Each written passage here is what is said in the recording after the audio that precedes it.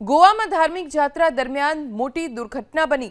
શિરગાંવમાં આયોજિત શ્રી લરાઈ જાત્રા દરમિયાન નાસભાગ મચી, જેમાં 7 લોકો કચડાઈ જવાના કારણે મૃત્યુ પામ્યા। 69 જેટલા લોકો ઘાયલ થયા છે। સારવાર માટે તમામને હોસ્પિટલ લઈ જવાયા, જેમાં 4 લોકોની હાલત અત્યંત ગંભીર છે। તમામ શ્રદ્ધાળુઓ પરંપરાગત જાત્રામાં ભાગ લેવા માટે એકઠા થયા હતા।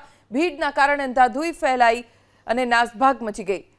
ઘટનાની જાણ થતાં જ ગોવાના મુખ્યમંત્રી પરિસ્થિતિનો તાગ મેળવવા માટે હોસ્પિટલ પહોંચ્યા, જ્યાં ઘાયલોના ખબર અંતર પૂછ્યા। ગોવામાં ધાર્મિક જાત્રા દરમિયાન મોટી દુર્ઘટના બની। શિરગાંવમાં આયોજિત શ્રી લરાઈ જાત્રા દરમિયાન નાસભાગ મચી, જેમાં 7 લોકો કચડાઈ જવાના કારણે મૃત્યુ પામ્યા। 69 જેટલા લોકો ઘાયલ થયા છે। સારવાર માટે તમામને હોસ્પિટલ લઈ જવાયા, જેમાં 4 લોકોની હાલત અત્યંત ગંભીર છે। તમામ શ્રદ્ધાળુઓ પરંપરાગત જાત્રામાં ભાગ લેવા માટે એકઠા થયા હતા। ભીડના કારણે અંધાધૂંધી ફેલાઈ અને નાસભાગ મચી ગઈ। ઘટનાની જાણ થતાં જ ગોવાના મુખ્યમંત્રી પરિસ્થિતિનો તાગ મેળવવા માટે હોસ્પિટલ પહોંચ્યા, જ્યાં ઘાયલોના ખબર અંતર પૂછ્યા।